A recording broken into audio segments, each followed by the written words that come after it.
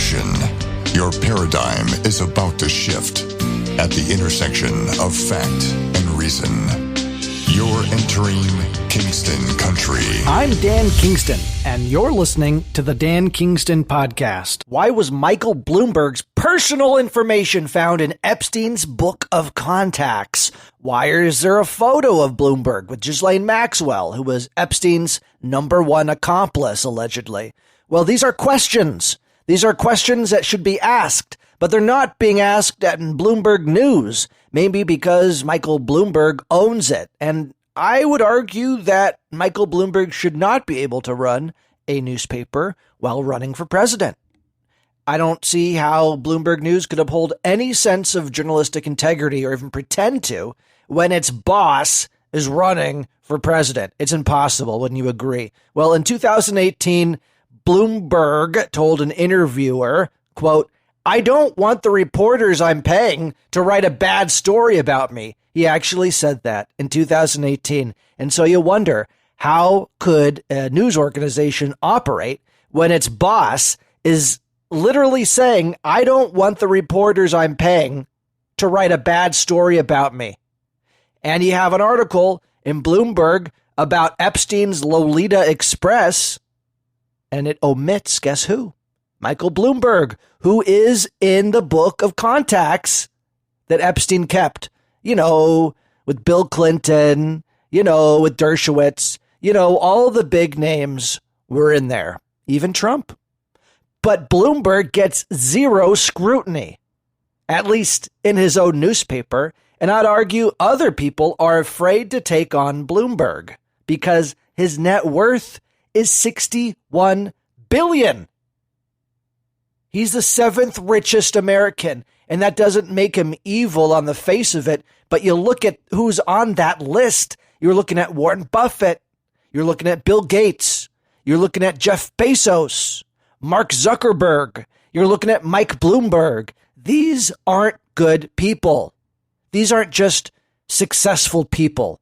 These are filthy, rich, blood-sucking globalists. That's who these people are. And Bloomberg owns a media company that's not putting any scrutiny into him or any of the other Democrat candidates. That's their official policy. I guess they can only dig up dirt on the president, but not any of the presidential candidates. So Bloomberg News, it's not real at this point. It's basically just a propaganda machine, you would have to assume. How stupid would we be as an American people to allow someone worth $61 billion who owns a media corporation as big as Bloomberg, who basically controls the financial window into the Wall Street? He owns Bloomberg Terminal. So essentially, if you're a big player on Wall Street, you use his software to trade stocks. That's who we want to lead America? That's not in keeping with our ideas of liberty. You think Bloomberg's going to care about your civil liberties? No, he just cares about his rich fat cat friends, the Club of 20, those blood-sucking globalists who fly on Epstein's plane and who do other sick, perverted acts, allegedly, but we know they're doing them. And also they're getting these blood transfusions from kids, from young kids. Some reports that the kids are even frightened and scared in order to get the kind of chemical from the blood that makes you young. Now, there's nothing to suggest Bloomberg has done these young blood transfusions. I'm not alleging that. I am alleging that he's told reporters, an interviewer, that his reporters, he doesn't want digging up bad stories about him. I'm saying that Bloomberg is in the book of Epstein's little black book. I'm saying there's a picture of Epstein with Ghislaine Maxwell. And all this is true. All that is factual. So then you can't ask any questions about what's next. What else is going to drop with Bloomberg? I mean, come on. Already you got all these quotes coming out where he's talking about horrible quotes, how he speaks about minorities in this country. Horrible. Now, I don't care what you think about stop and frisk. Maybe you were in support of it. But to hear the way Bloomberg talks about stop and frisk, he has 0 sense. All he knows is I'm a billionaire and I know better than you do. That's my opinion. Now, from a book that was published about Bloomberg quotes, it was given to Bloomberg as a gift. And you can get it online. It's a PDF. It was released online. I don't know if it was leaked or what. But according to sources, Bloomberg was happy about this book of quotes. It's called The Portable Bloomberg, The Wit and Wisdom of Michael Bloomberg. And on the section of women, where he speaks about women, he's quoted as saying, I only look. I just like to look. So that's Bloomberg on women. Now, maybe he was looking. Maybe he looked a lot on Lolita Express. Who knows? But I'll tell you one thing. I know for sure that Bloomberg News won't be looking into it. Now, there are opinion journalists at Bloomberg News that have left the company and to join the Bloomberg campaign. Also, an editor at Bloomberg News has joined the campaign. And video production staff at Bloomberg News has joined his campaign. Nothing wrong with that. The question is, are any of them still in contact with Bloomberg News? Because if they were, then something would be wrong with that. And you got to figure an editor at Bloomberg News just joins the campaign. He's going to cut off all contact with his newspaper colleagues? Yeah, fat chance. The New York Times has interviewed about 6 Bloomberg journalists. They demanded, at least they requested, anonymity because they were fearful. Their bosses told them, hey, be discreet about this stuff.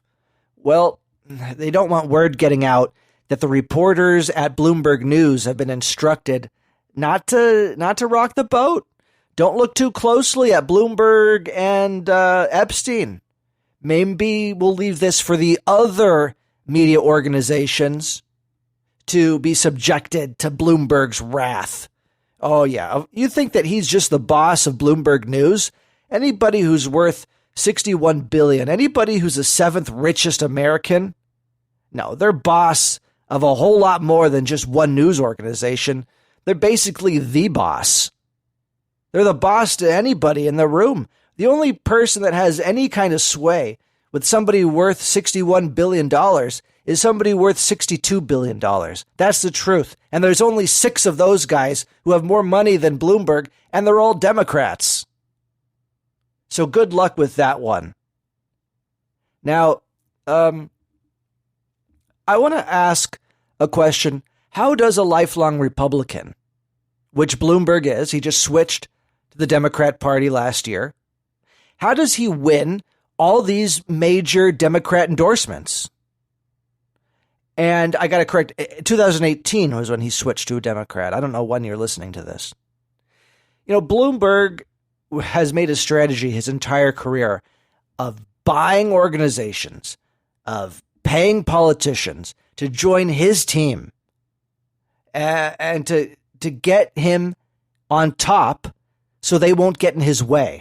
This is Kingston Country.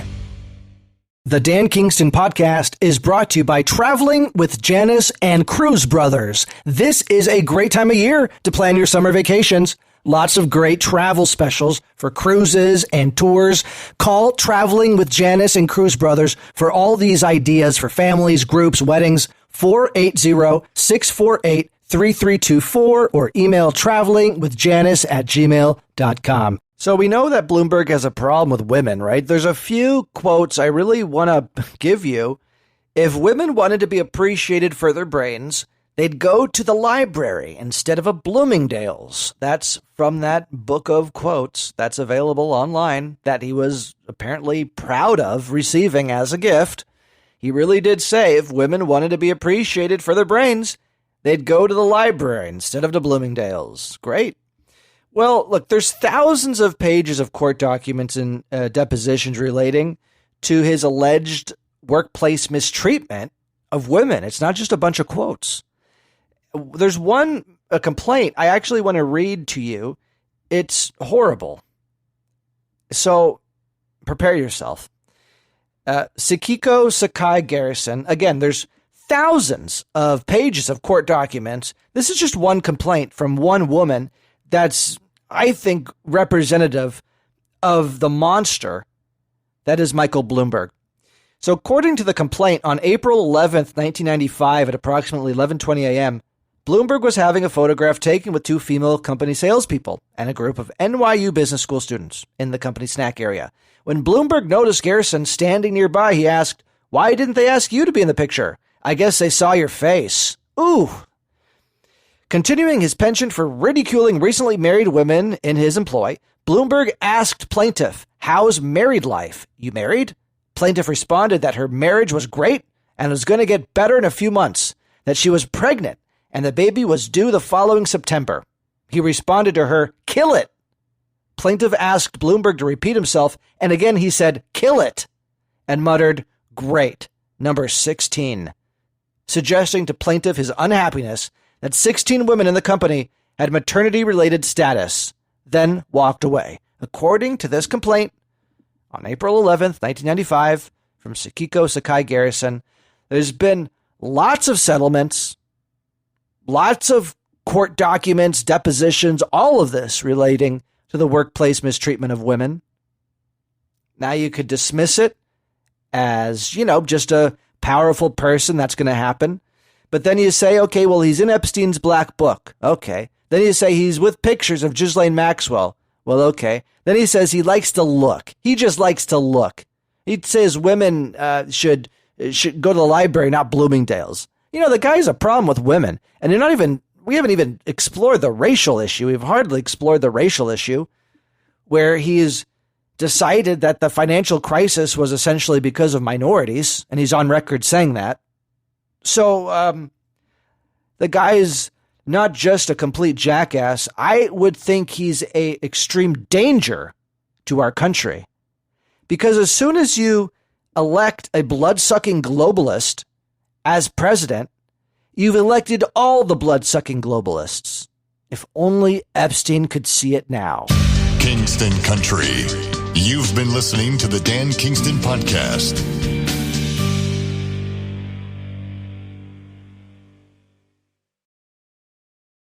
Dan Kingston here, asking you to do me a huge favor. Will you possibly rate the Dan Kingston Podcast on Apple Podcasts? Each new rating, believe it or not, really does have a major impact on the way Apple's algorithm recommends content. With just one quick click, you can help promote citizen journalism and end the stranglehold of the mainstream media. Together, we're going to do this. Thank you. I really appreciate your support.